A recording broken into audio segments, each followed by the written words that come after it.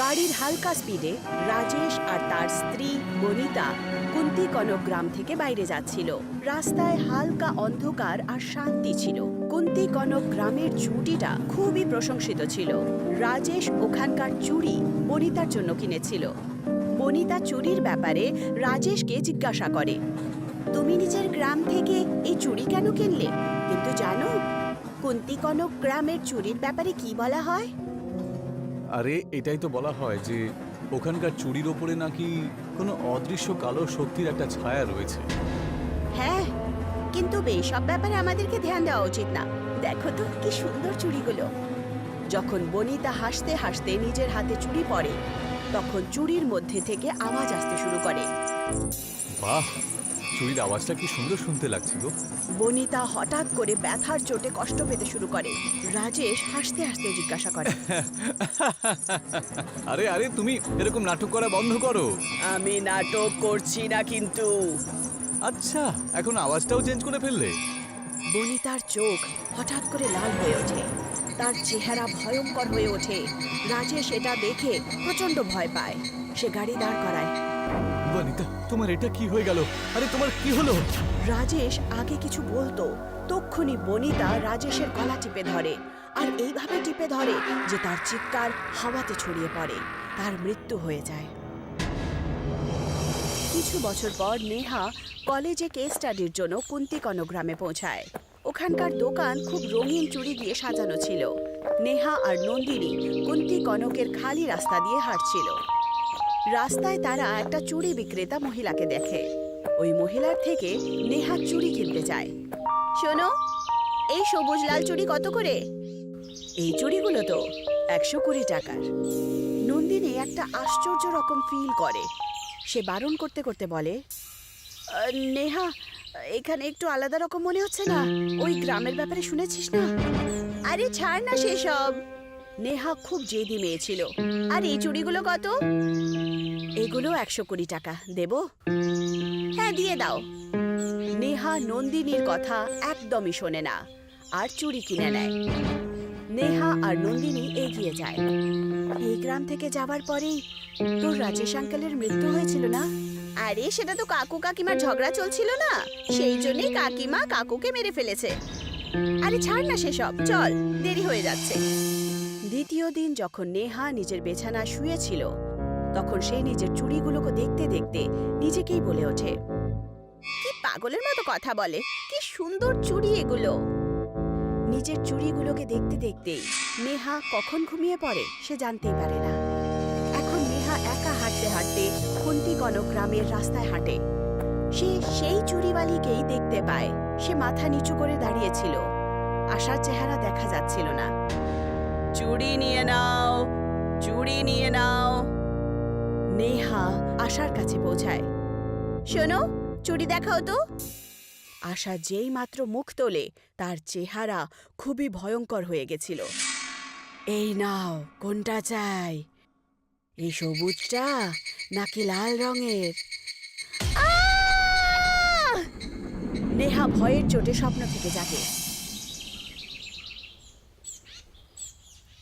স্বপ্নের কারণ জানার জন্য দ্বিতীয় দিন নেহা আর নন্দিনী কুন্তি কনক গ্রামে পৌঁছায়। কত খুঁজছি কাল চুড়িওয়ালিকে, কিন্তু খুঁজেই তো পাচ্ছি না। তক্ষুনি নেহা আর নন্দিনী সামনের একটা চুড়ির দোকানে যায়। ওরা কালকে যে মহিলার থেকে চুড়ি কিনেছিল তার ব্যাপারে বলে। ও আশার খুনি আত্মাই হবে। কি খুনি আত্মা? দোকানদার কুন্তি কনক গ্রামের ঘটনা নেহা আর নন্দিনীকে বলে দেয়। আশা এই গ্রামে যে থাকতো, একজন সহজ সরল মেয়ে ছিল যে চুরি বিক্রি করে নিজের সংসার চালাতো। এই গ্রামেরই চুরির কারখানার মালিক জগৎরাম আশাকে আপন বানাতে চাইছিল। একদিন রাস্তা দিয়ে যখন আশা হেঁটে চলে যাচ্ছিল, আশা, আমি তোমাকে ভালোবাসি, তোমাকে বিয়ে করতে চাই। সাহেব, কি ধরনের কথা বলছেন আপনি? কেন, ভালোবাসা কি অন্যায়? না, আপনার তো বিয়ে হয়ে গেছে না? আমি আপনার সাথে কি করে বিয়ে করব? আর আপনার বউ বাচ্চা আছে, তাদের কি হবে? এটা আপনি ভাবেননি নাকি? আমি তোমার জন্য ওদের সবাইকে ছেড়ে দিতে পারি। না সাহেব, আমি এরকম করতে পারবো না। নিজের সংসার বসানোর জন্য অন্য কারোর ঘর ভাঙতে পারবো না। আমাকে যেতে দিন। আশা, তুমি চলে যাচ্ছ, কিন্তু এর অনেক দাম দিতে হবে তোমাকে, মনে রেখো। সেরকমটাই হলো। গ্রামের লোকেরা আশাকে ঘিরে দাঁড়িয়েছিল। তাদের হাতে লাঠি ছিল। অনেক চেষ্টার পরেও আশা জগৎরামের সাথে না আসলে এখন জগৎরাম মিথ্যে মিথ্যে কথা বলে। ও আমার কারখানা থেকে পয়সা চুরি করেছে, আর চুরিও চুরি করেছে। বলো কি করবো? ওকে মেরে ফেলো, ওকে মেরে মেরে ফেলা দাও। উচিত। লোকেরা আশাকে লাঠি দিয়ে এতটাই মারে, কিন্তু কেউ তার সাহায্যের জন্য এগিয়ে আসে না। আশার প্রাণ ওখানেই বেরিয়ে যায়। জগৎরাম হাসতে হাসতে নিজেকেই বলে ওঠে, দেখলে আশা, আমার ভালোবাসাকে অপমান করার কি ফল হলো? আমার কথা শুনলে তাহলে বেঁচে যেতে। এইটুকু বলে জগৎরাম ওখান থেকে চলে যায়। কিন্তু কিছুদিন পরই জগৎরাম একটা খালি রাস্তা দিয়ে হাঁটছিল। তখনই সে হঠাৎ করে একটা আশ্চর্য রকম ফিল করে। তার কানে একটা গভীর আওয়াজ চলে আসে, জগৎরাম। সে পেছনে মুড়ে দেখে। তার মন কেঁপে ওঠে। আশা ওখানেই দাঁড়িয়েছিল। তার চেহারা খুবই ভয়ঙ্কর দেখাচ্ছিল। একে তুই ভালোবাসা বলিস জগৎরাম? ভালোবাসা পেলি না, তখন মেরে দিলি। এখন তোকেও মরতে হবে। না, আমাকে মেরো না, আমাকে ক্ষমা করে দাও।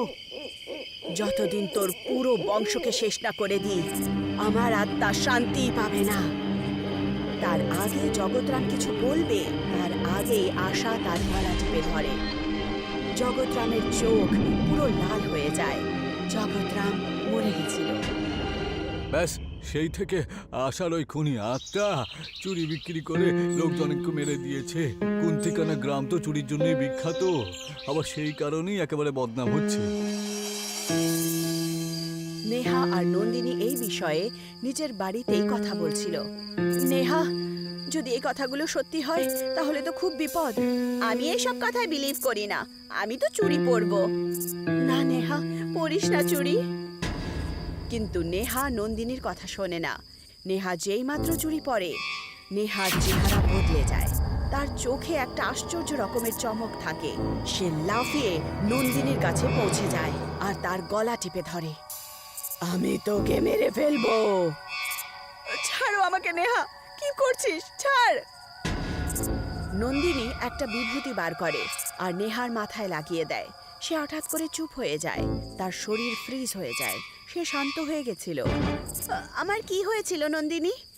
নেহা, আমার মনে হয় তোর ভেতরে শয়তানি শক্তি চলে এসেছিল। আমি বিভূতি লাগিয়েছি, কিন্তু বেশিক্ষণ পর্যন্ত এটা টিকবে না রে। আমাদেরকে তাড়াতাড়ি গুরুজির কাছে যাওয়া উচিত। নন্দিনী যখন নেহাকে গুরুজির কাছে পৌঁছায়, তখন নন্দিনী গুরুজিকে পুরো কাহিনী বলে।